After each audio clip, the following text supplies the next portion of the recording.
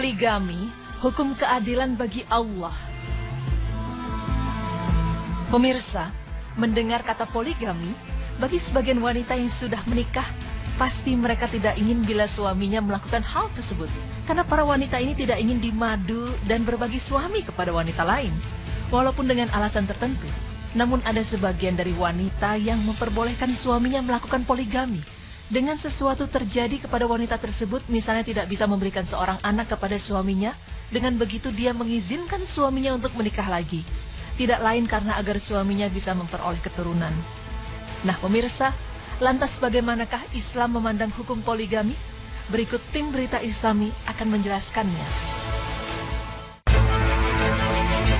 Pemirsa, hukum asal poligami dalam Islam berkisar antara ibahan mubah, boleh dilakukan dan boleh tidak, atau istihbab atau dianjurkan. Adapun makna perintah poligami dalam firman Allah Ta'ala yang artinya, dan jika kamu takut tidak akan dapat berlaku adil terhadap hak-hak perempuan yatim bila mana kamu mengawininya, maka kawinilah wanita-wanita lain yang kamu senangi. 2, 3, atau 4.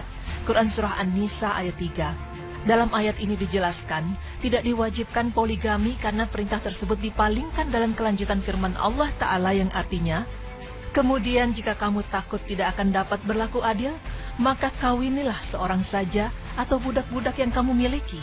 Yang demikian itu adalah lebih dekat kepada tidak berbuat aniaya.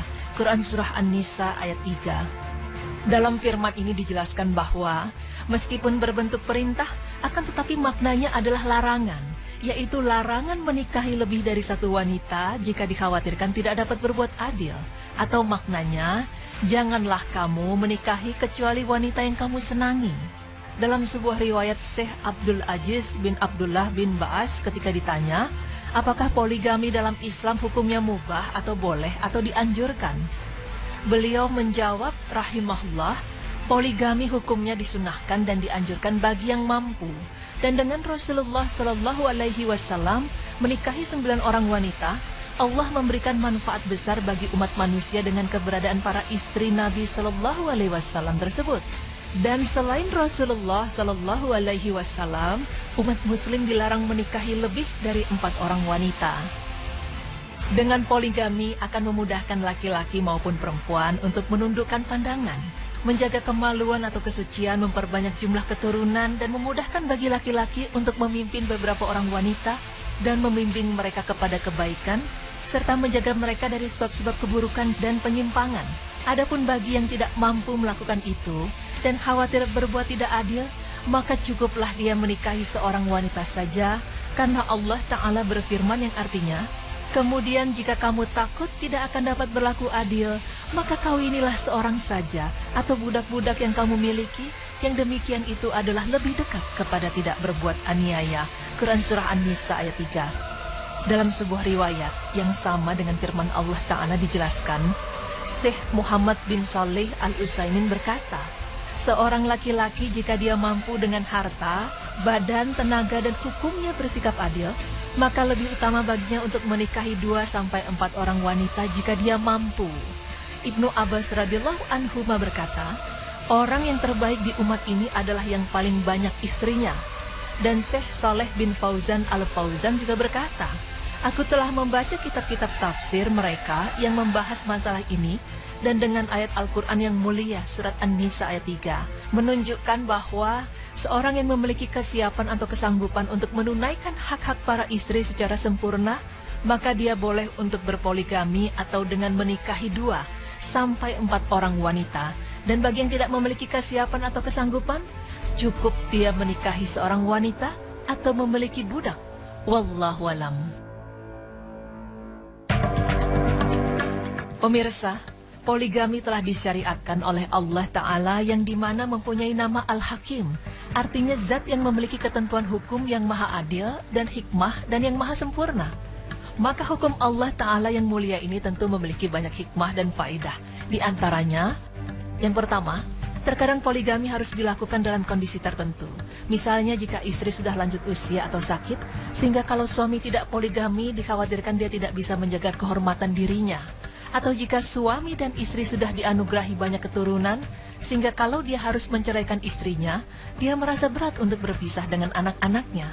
Sementara dia sendiri takut terjerumus dalam perbuatan zina jika tidak berpoligami, maka masalah ini tidak akan bisa terselesaikan kecuali dengan poligami, insya Allah. Kedua, pernikahan merupakan sebab terjalinnya hubungan kekeluargaan dan keterikatan di antara sesama manusia setelah hubungan nasab. Allah Ta'ala berfirman yang artinya, dan dialah yang menciptakan manusia dari air mani, lalu dia jadikan manusia itu punya keturunan dan musyawarah atau hubungan kekeluargaan karena pernikahan, dan adalah Rabb-mu Maha Kuasa. Quran Surah Al-Furqan ayat 54. Dalam firman tersebut dijelaskan bahwa poligami adalah sebab terjalinnya hubungan dan kedekatan antara banyak keluarga, dan ini menjadi salah satu sebab poligami yang dilakukan oleh Rasulullah Sallallahu Alaihi Wasallam. Ketiga, poligami merupakan sebab terjaganya kehormatan sejumlah besar wanita dan terpenuhinya kebutuhan hidup mereka yang berupa nafkah atau biaya hidup, tempat tinggal, memiliki keturunan dan anak yang banyak, dan ini merupakan tuntutan syariat. Keempat, di antara kaum laki-laki ada yang memiliki nafsu syahwat yang tinggi, sehingga tidak cukup baginya hanya memiliki seorang istri, sedangkan dia orang yang baik dan selalu menjaga kehormatan dirinya. Akan tetapi dia takut terjerumus dalam perzinahan, dan dia ingin menyalurkan kebutuhan biologisnya dalam hal yang dihalalkan agama Islam. Maka termasuk ajaran Allah Ta'ala terhadap manusia adalah dengan dibolehkannya poligami yang sesuai dengan syariatnya. Kelima, terkadang setelah menikah, ternyata istri mandul, sehingga suami berkeinginan untuk menceraikannya. Maka dengan disyariatkannya poligami tentu lebih baik daripada suami menceraikan istrinya. Keenam, terkadang juga seorang suami sering berpergian sehingga dia butuh untuk menjaga kehormatan dirinya ketika dia sedang berpergian. Ketujuh, banyaknya peperangan dan disyariatkannya berjihad di jalan Allah, yang ini menjadikan banyak laki-laki yang terbunuh sedangkan jumlah perempuan semakin banyak, padahal mereka membutuhkan suami untuk melindungi mereka. Maka dalam kondisi seperti ini, poligami merupakan solusi terbaik. Kedelapan, terkadang seorang lelaki tertarik, kagum terhadap seorang wanita atau sebaliknya, karena kebaikan agama atau akhlaknya, maka pernikahan merupakan cara terbaik untuk menyatukan mereka berdua. Kesembilan, kadang terjadi masalah besar antara suami istri yang menyebabkan terjadinya perceraian. Kemudian sang suami menikah lagi dan setelah itu dia ingin kembali kepada istrinya yang pertama. Maka dalam kondisi seperti ini, poligami merupakan solusi terbaik. Kesepuluh, umat Islam sangat membutuhkan lahirnya banyak generasi muda untuk mengokohkan barisan dan persiapan berjihad melawan orang-orang kafir. Ini hanya akan terwujud dengan poligami dan tidak membatasi jumlah keturunan. Pemirsa, masih banyak lagi hikmah dan faedah agung lainnya dari poligami. Namun tentu saja kita sebagai umat muslim dan orang-orang yang beriman kepada Allah Ta'ala tidak ragu sedikit pun terhadap kesempurnaan hikmah dalam setiap ketentuan yang disyariatkannya. Cukup hikmah yang paling agung dari semua itu adalah menunaikan perintah Allah Ta'ala dan mentaatinya. Allah Ta'ala memerintahkan kepada kita semua umat manusia untuk selalu bersikap adil dalam semua keadaan, baik yang berhubungan dengan haknya maupun hak-hak sesama manusia, yaitu dengan mengikuti ketentuan syariat Allah Ta'ala. Oleh karena itu Allah Ta'ala mensyariatkan agamanya di atas keadilan yang sempurna. Allah Ta'ala berfirman yang artinya, sesungguhnya Allah menyuruh kamu berlaku adil dan berbuat kebajikan, memberi kepada kaum kerabat, dan Allah melarang dari perbuatan keji, kemungkaran dan permusuhan. Dia memberi pengajaran kepadamu agar kamu dapat mengambil pelajaran. Quran Surah An-Nahl ayat 90. Dalam firman ini dijelaskan bahwa sikap adil dalam poligami, yaitu adil tidak berat sebelah dalam mencukupi kebutuhan para istri, dalam hal makanan, pakaian, tempat tinggal, dan bermalam bersama mereka. Dan ini tidak berarti harus adil dalam segala sesuatu, sampai dalam hal yang sekecil-kecilnya, yang ini jelas di luar kemampuan manusia. Sebab timbulnya kesalahpahaman dalam masalah ini, diantaranya karena hawa nafsu dan ketidakpahaman terhadap masalah agama, termasuk dalam memahami firman Allah Ta'ala yang artinya, dan kamu sekali-kali tidak akan dapat berlaku adil di antara istri-istrimu, walaupun kamu sangat ingin berbuat demikian.